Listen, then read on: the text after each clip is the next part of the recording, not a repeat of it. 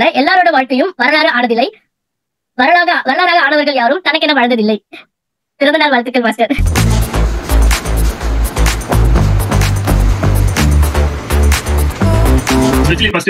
நான் சின்ன பிள்ளை இருக்கும்போது என்னைய கைப்பிடிச்சு கூட்டிட்டு ஸ்கூலுக்கு போவாங்க. அப்ப அவங்க தான் என்னோட பெரிய ரோல் மாடல். அந்த அக்கா தான் ரோல் மாடல். அந்த கூட்டு போயிட்டு கூட்டு வராங்க அப்படின்னு கட் பண்ணிட்டு நீங்க பார்த்தா ஏதோ ஒரு குக்கிராமத்துல இருக்காங்க. அவங்களுக்கு 2 குழந்தைங்க அப்படி வந்துட்டு பேக்கடையில் பார்த்துட்டு இருக்காங்க.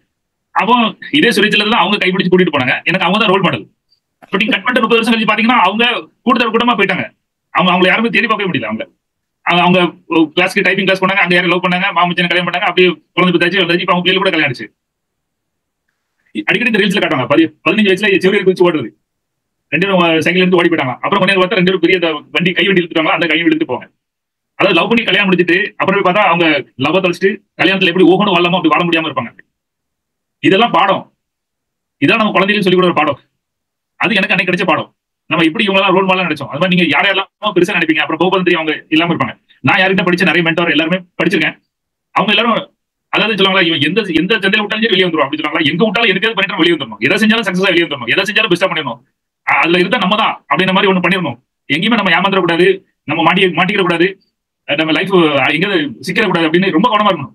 இது தப்பாயிரமோ அது தப்பாயிரமோ அப்படின்னு ஏதாவது கோயில் கூட்டு போய் இப்படியே வந்து என்னப்பா சாமி ஒண்ணு பண்ண கொடுக்க இது செல்விட்டாக கொடுக்க நம்ம திரும்ப வந்தது. அப்புறம் நீங்க அந்த பூஜை பண்ணது பூஜை இதெல்லாம் செல்விட்டாக உங்களுக்கு நீங்களே தேடுறது.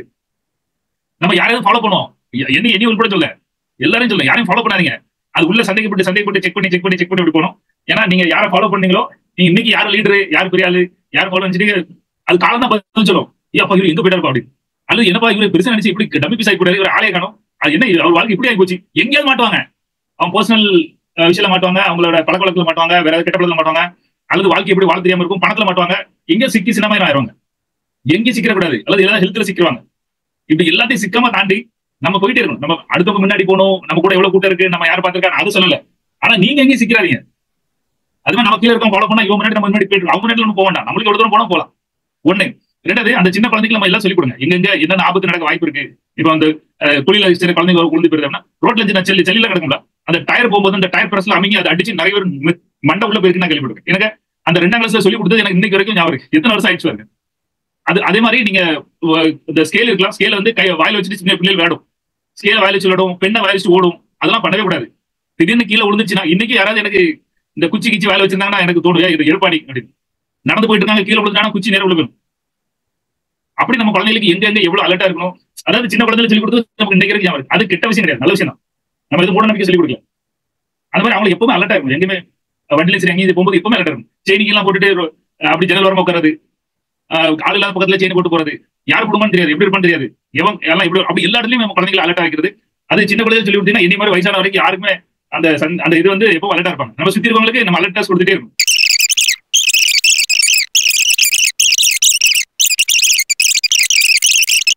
ரீசா ஊருக்கு போகும்போது அந்த ரோட்டோரமா ரொம்ப வயசான கம்புக்கும் போயிட்டு வெள்ள முடியலாம் வச்சுக்கிட்டு சட்டை கிட்ட போடாம வெறும் வேஷ்டி மட்டும் எடுத்து ஊர்ல வச்சுப்பாங்க தெரியுமா. கருங்கன்னு இருப்பாங்க. ஒரு துண்டை போட்டுட்டு உட்காந்துருப்பாங்க. அப்படியே இறங்கி போகும்போது சுரேஷ் எப்படி இருக்கா நல்லா இருக்கா அப்படின்னா நம்ம கூட டீம் எல்லாம் வந்துட்டாங்க. சார் யாரு சார் இதுதான் என் கிளாஸ்மேட்டா ஊர்ல வயசான தாத்தா மாதிரி உட்காந்து எல்லாரும் சட்டை கிட்ட போட அப்படி ஆட்டை கிட்ட பத்திட்டு காலையில போய் டீ குடிச்சிட்டு உட்காந்துருப்பாங்களா அப்படி. சார் நீங்க இவங்களும் உங்க கிளாஸ் பண்ணாங்க எது கிளாஸ்மேட் இல்லன்னு பார்த்த முடியுமா. அந்த காலத்துல ஒண்ணா படிச்சாங்க.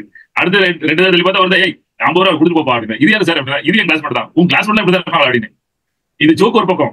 ஆனா என்கிட்ட வந்து நீங்க கேட்டீங்க அப்படின்னா எல்லாரும் சொல்லுங்க என் கிராமம் வந்து குக்கிராமம் என்ன பண்ணும் சார் நாங்க பிறந்தவங்க ரொம்ப கஷ்டமான அப்படின்னு. நான் இதை ஒத்துக்கவே மாட்டேன்.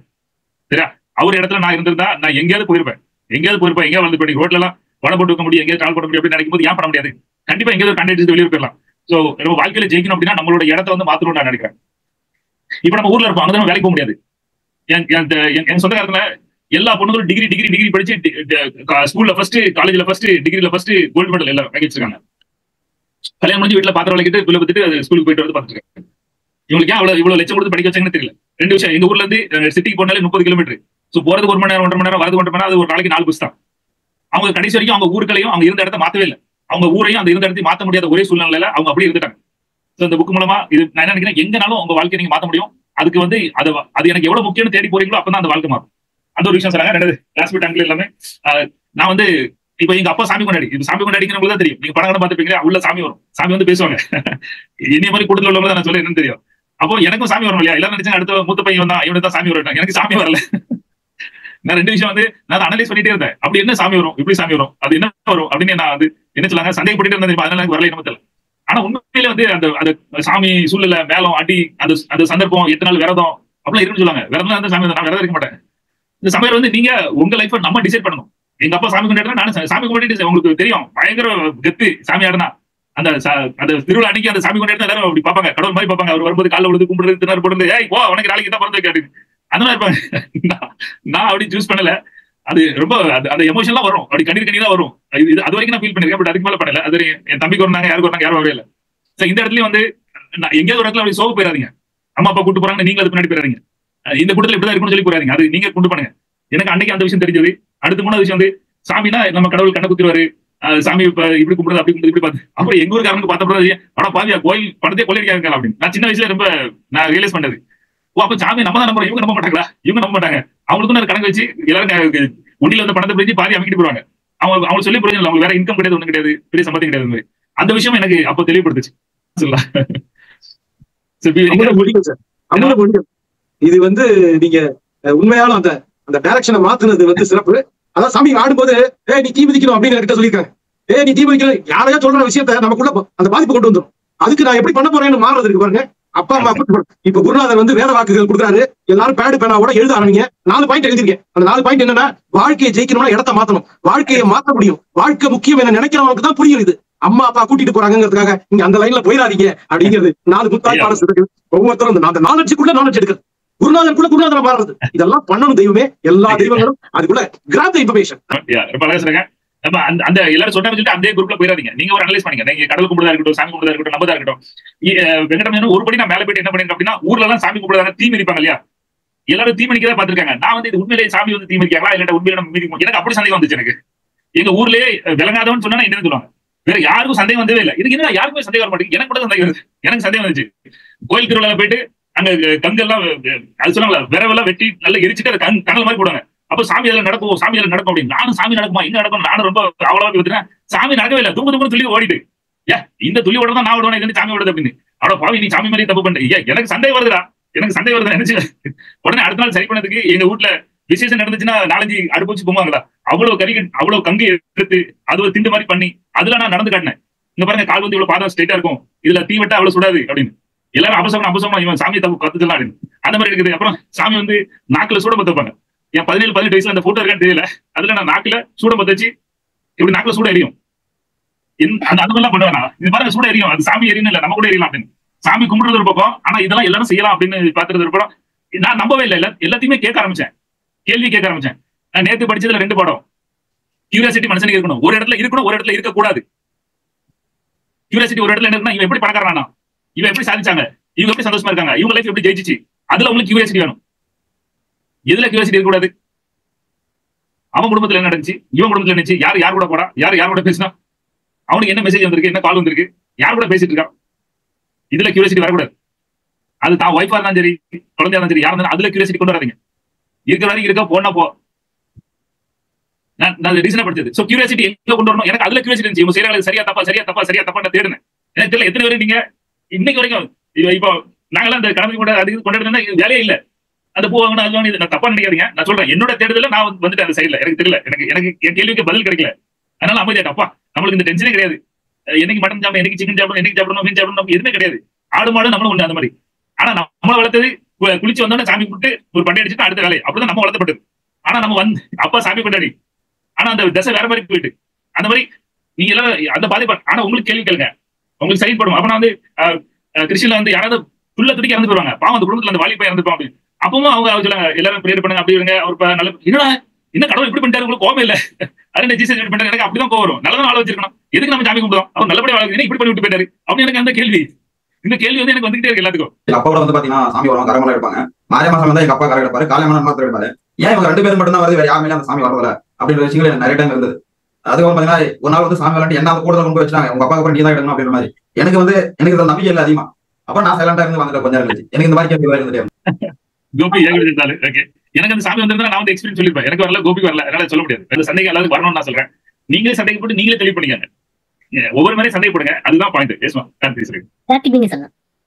இந்த சந்தேகம் வந்து எல்லாருக்குமே சின்ன வயசுல வந்திருக்கணும். அது இன்னும் நிறைய பேர் வரலன்னு தான் நினைக்கிறேன். நான் ஒரு டைம் 2011 நினைக்கிறேன், அந்த டைம்ல சபரிமலைக்கு மாலை போட்டிருந்தேன். அப்பெல்லாம் தீவிர பக்தர். இப்ப எல்லாரும் சொல்லுவாங்க என்ன இப்படி மாறிட்டு அப்படின்னு. அப்போ வந்து மாலை போட்டு போது ஒரு நாள் இந்த கண்டி பூஜை செய்வாங்க. அந்த நேரத்துல எல்லாரும் சாமி வரணும்னு சொல்லிட்டு குட்டை அடிச்சு நிறைய பூஜை எல்லாம் பண்ணி இந்த தீச்சட்டி எல்லாம் வைப்பாங்க. ஒரு 10 என் கூட இருந்த 20 பேர்லாம் வந்துருச்சு. ரொம்ப நேரமாச்சு, எனக்கு வரவே இல்லை. என்னென்னமோ பண்ணி பாக்குறாங்க. நான் நினைச்சிட்டு இருந்தேன் இது எப்படி வரும் அப்படின்னு நானும் யோசிப்பேன், அனலைஸ் பண்ணிட்டே இருக்கிறேன். அதுக்கப்புறம் பக்கத்துல எங்க சித்தப்பா ஒருத்தர் சொல்றாரு, உனக்கு வந்து சாமி வரலன்னா இந்த பூஜை முடியாது, ஏதாவது பண்ணிடு அப்படின்னு அவர் சொல்றாரு. சரி போதுட்டு அப்படியே ஒரு ஆக்ஷன் போட்டாச்சு. அதுக்கு பிறகுதான் நினைச்சேன், நீங்க எல்லாரும் ஊரை ஏமாத்திட்டு உங்களே ஏமாத்திட்டு தான் இருக்கீங்களா அப்படின்ட்டு. சோ அந்த விஷயம் வந்து அது அவங்களுக்கு தெரிஞ்சிருந்தாலும் திரும்பி வரமாட்டேங்கிறாங்களா அதை விட்டு. இல்ல நம்ம வந்து எல்லாரும் வராதால் பேசிட்டு இருக்கோம். ஆக்சுவலி வந்தாலும் யாராவது பேசினா அது உண்மை தெரிய வரும். அதனால நம்ம இந்த முடிவு வந்துடாதீங்க. நீங்க தேடி நீங்க கண்டுபிடிச்சீங்கன்னா நம்ம வந்து ஷேர் பண்ணிக்கிறோம். எங்க ஊர்ல வந்து எங்க ஐயா அம்மாவோட அப்பா இருக்காங்க. அவங்களும் இந்த மாதிரி சாமி ஆடுறவங்க. அது மாதிரி அவரோட தம்பி 2 பேருமே தான், அவங்க 2 பேர் மேலதான் சாமி ஆடுவாங்க. அது மாதிரி அந்த காலத்துல வந்து அவங்களுக்கும் 6 பிள்ளைங்க, ஐயாக்கும் அவங்க வீட்லயும் 5 பிள்ளைங்க. 2 பேரும் ரொம்ப கஷ்டப்படுற ஃபேமிலி, சாப்பாட்டுக்கே வெயில அந்த மாதிரி தான். இந்த கோவில் விஷயங்கள் அதெல்லாம் பண்ணிட்டு இருக்கும்போது ஐயாவோட தம்பிக்கு மேல சாமி வந்து அப்போ அங்கெல்லாம் இருக்கும்போது சிங்கப்பூருக்கு போறது, மலேசியா அந்த மாதிரி ஊர்களுக்கு போயிட்டு கொஞ்சம் பினான்ஸ் ரெடி ஆகிறதுக்காக ஊருக்குலாம் போவாங்க. வீடு கட்டுறது, பிள்ளைங்க காப்பாத்துறது, அந்த மாதிரி ஐயா ஊருக்கு போகலாம், சிங்கப்பூர் போகலான்னு பாஸ்போர்ட் எல்லாம் எடுத்திருக்காங்க, ரெடி பண்ணிருக்காங்க. அப்போ வந்து அவரோட தம்பி மேல சாமி வந்து, உனக்கு சாமி வருது, உனக்கு ஒரு பொறுப்பு கொடுத்திருக்கேன், ஆனா நீ வந்து இந்த இதை விட்டுட்டு நீ ஊருக்கு போறதுக்கு உன் வாழ்க்கை பக்கத்துக்காக நீ போற அப்படின்னு மாதிரி சொல்லிட்டு இருக்காங்க போல. அதனால வந்து இவர் ஊருக்கு போறதை டிராப் பண்ணிட்டாரு, போகல. இங்க இருந்தே அவங்களோட இன்னும் கஷ்டம், கல்லு உடைக்கிறது, மண்ணு சுவைக்கிறது, அந்த மாதிரியே தான் ஃபேமிலி போயிட்டு இருந்திருக்கு. அப்போ வந்து அவர் அதை யோசிக்கல, அது உண்மைதானா, அது வந்து நீங்க சந்தேகம் பண்ணணும்னு சொன்ன மாதிரி அதை சந்தேகப்படல. அவரு ரொம்ப வருஷம் கழிச்சுதான் அதை யோசிச்சு அப்புறம் தான் எங்கிட்ட வந்து நான் பெரிய பிள்ளைக்கு அப்புறம் என்கிட்ட சொன்னாரு, இந்த மாதிரி அவங்க பண்ணாங்க, அதனாலதான் நான் வந்து அன்னைக்கு போக முடியாம போச்சு. ஃபேமிலியை வந்து ரொம்ப கஷ்டத்துல விட்டுட்டு அவங்களை உங்க அம்மாவை உங்களெல்லாம் என்னால படிக்க வைக்க முடியல, 5ஆம் கிளாஸ் 2ஆம் கிளாஸ் நான் நிப்பாட்டிட்டேன், இல்ல நான் போயிருந்தா நான் படிக்க வச்சிருக்கேன், உங்களுக்கு பண்ணிருப்பேன். அன்னைக்கு எந்த சாமியும் அந்த மாதிரி ஒருத்தவங்க சொல்லாது அப்படிங்கறத நான் லேட்டா தான் அது எனக்கு புரிஞ்சுது. நீ போக கூடாது, நல்லா இருக்க கூடாதுன்னு எந்த சாமியும் சொல்லாது அப்படின்னு. ரொம்ப சரியான பாட்டி. அவங்க கேரியரை தொலைச்சிட்டு வந்திருக்காங்க. அதே மாதிரி கல்யாணம் சொன்னா நீங்க எங்கனாலும் என் கூட இருங்க, 4 வயசுக்கு கஞ்சி குடிச்சாலும் நம்ம ஒன்னா இருப்போம் அப்படி சொன்னாங்க கல்யாணம் முடிஞ்ச புதுசுல. அப்பதான் எனக்கு சொன்னாங்க. நானும் எனக்கு வெளிநாட்டு ஆப்பர்ச்சுனிட்டி நான் போகல.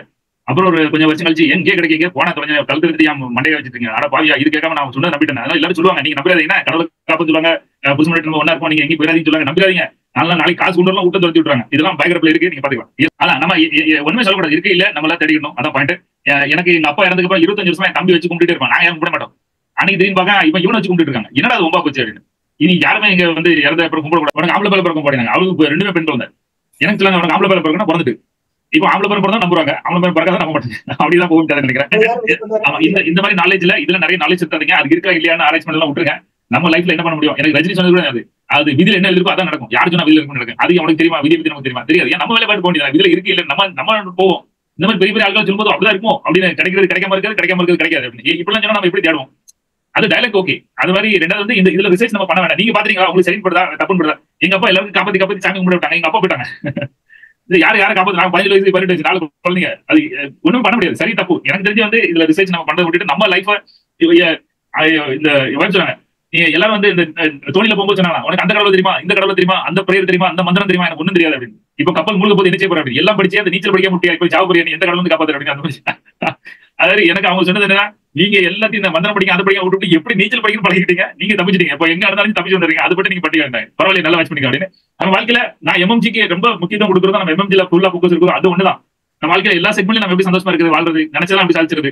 ஷார்ட்கட்ல கடவுள் வந்து யாரும் பண்ண மாட்டாங்க. அதான் ரொம்ப முக்கியம். பாருங்க எல்லாருமே வந்து ஒரு தேர்தலுக்கு ஏதாவது ஒன்று பாத்துருக்கீங்க, அந்த கல்லு விஷயம் தான் எதா இருக்கட்டும், மரமா இருக்கு, ஏதாவது ஷேர் பண்ணிட்டே இருக்கேன். எல்லாரும் ஷேர் பண்ணிட்டு இருக்கேன். நமக்கு போதும், எவ்வளவு வேணும் நமக்கு போதும். என்ன சாப்பிடுறது போனா இருக்க இடம் கொஞ்சம் ஒத்துக்கு இது போனா வேலை வேற என்ன வேணும் நமக்கு. சூப்பர் ஏதாவது ஒரு விஷயம் செஞ்சுட்டாங்க, அது ரிப்பல் மாதிரி போகும்.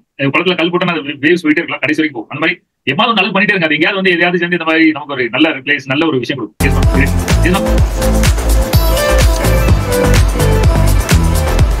ரொம்ப அவளோட எதிர்பார்த்துட்டு இருந்தேன் இந்த புக் எப்ப வரும், எப்ப கைக்கு வரும். இந்த புக்கு மூலியமா நிறைய பேருக்கு எப்படி போய் சேரும் அப்படின்னா, நம்ம லைஃப இப்படிதான் வாழணுங்கிறத, நம்ம லைஃப நமக்காக இப்படி ஒவ்வொரு நாளையும் செதுக்கணும் அப்படிங்கறத இந்த புக்கு மூலியமா நிறைய பேருக்கு போய் சேரும். அதை தெரிஞ்சுக்கிறதுல இதுக்கப்புறம் இருக்கிற என்னுடைய நாட்களை நான் எனக்காக வாழ்றதுக்காகவும் இந்த புக் அதை எப்படி எல்லாம் வாழலாங்கிறத தெரிஞ்சுக்கிறதுக்காக இந்த புக்கை பாக்குறதுக்காக நான் வெயிட்டிங்ல இருக்கேன் மேம். ஆனா ஆரம்பத்துல எப்படி இருந்தாங்க, எதெல்லாம் தப்பு பண்ணாங்க, அது எப்படி எல்லாம் சரி பண்ணிக்கிட்டாங்க மாஸ்டரு.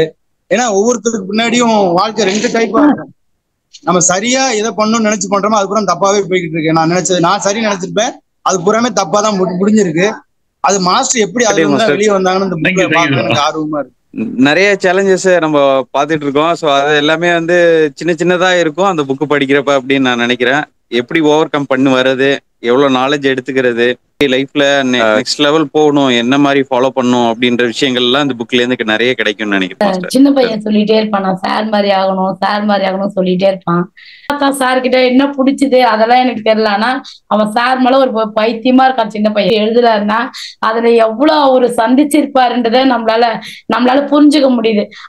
அந்த ஸ்டேஜுக்கு நம்ம வரும்போது சார் இந்த இடத்துல என்ன பண்ணாரோ அதான் இந்த இடத்துல நம்ம பண்ணணும்னு ஒரு தெளிவு கிடைக்கும் நம்மளுக்கு. இதுக்கப்புறம் நம்மளும் அந்த தப்புல விழுந்து எழுந்து வரமாட்டோம் அப்படின்றத. ஒவ்வொருத்தருக்கும் ஒரு ஸ்பெஷல் குவாலிட்டி இருக்கு. அந்த குவாலிட்டிய தாம் ப்ரூவ் பண்றது ஒரு பக்கம், ஒவ்வொருத்தருக்கும் அந்த ஸ்பெஷல் குவாலிட்டி இருக்கு. Something it is there inside and you prick it out அப்படிங்கிற அந்த கிளாரிட்டியை ஒவ்வொருத்தரையும் எடுக்கிற அந்த முயற்சி இருக்கு பாருங்க. இது எல்லாருக்கும் அந்த தன்மை வந்துடாது.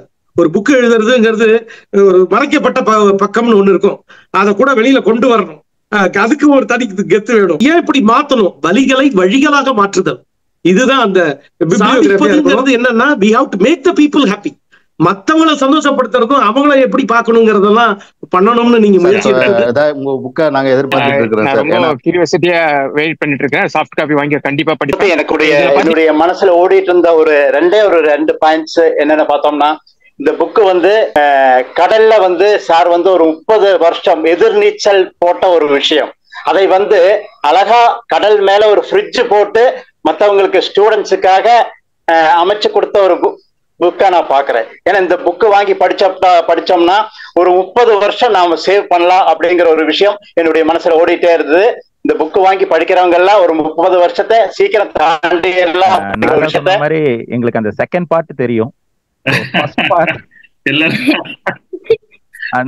அந்த இது உண்மைக்கு ரொம்ப நெருக்கமாவும் உண்மையாவும் இருக்கும்னு நினைக்கிறோம். ஸோ அப்ப அந்த உண்மையில இருந்து எப்படி வெளியே அந்த டிரான்ஸ்ஃபர்மேஷன், அந்த என்லைட்மெண்ட் எங்க நடந்தது அப்படிங்கிறது அது படிச்சும் போது நமக்கும் அதுல ஒரு இந்த சதாஜன பாயிண்ட் ரொம்ப முக்கியமான பாயிண்ட். அதாவது எல்லாரும் மாதிரி தான் வாழ்ந்துருப்போம். இன்னைக்கு உட்காந்து பேசிட்டு இருக்கோம் அப்படின்னா எங்கேயோ ஒரு இடத்துல ஒரு டிரான்ஸ்ஃபர்மேஷன் நடந்திருக்கு, பார்த்த பார்வை மாறி இருக்கு, அது என்னதுன்னு தெரிஞ்சுக்கலாம்னு ரொம்ப கரெக்டான பாயிண்ட். இந்த புக் ஆர்டர் பண்ணதே அவனோட பர்த்டே கிஃப்டா தான் ஆர்டர் பண்ணிருக்கேன். சரி, எக்ஸ்பெக்ட் பண்ற விஷயம் லைஃப்ல அவங்க பாக்குறதுக்கு, என் லைஃப்ல எனக்கு முன்னாடி யாரும் இந்த வயசுல யாரும் சொல்லி கொடுக்கல அப்படின்றப்ப இப்போ உங்க லைஃப்ல இருந்து என் பசங்க நிறைய படிச்சுப்பாங்க அப்படின்னு எனக்கு ஒரு நம்பிக்கை இருக்கு. அதை பார்த்து அவங்க நிறைய கத்துக்கிட்டு அவங்க லைஃப் இன்னும் வரணும் அப்படின்றதுக்காக தான் இந்த பர்த்டே கிஃப்டா தான் ஆர்டர் பண்ணேன். அந்த புக் ரீட் பண்ணும்போது எனக்கு கூட ரொம்ப கஷ்டமா இருக்கும், ரொம்ப சங்கோஜமா இருக்கும். ஆனா பயோகிராபிங்கிறது எல்லாம் உண்மையை சொல்லி ஆகணும் அப்படிங்கிறதுக்காக சொல்லியிருக்கு. சார் நீங்க நினைக்கிறதெல்லாம் அந்த புக்ல இருக்குன்னு நான் நினைக்கிறேன், நம்புறேன். தேங்க்யூ.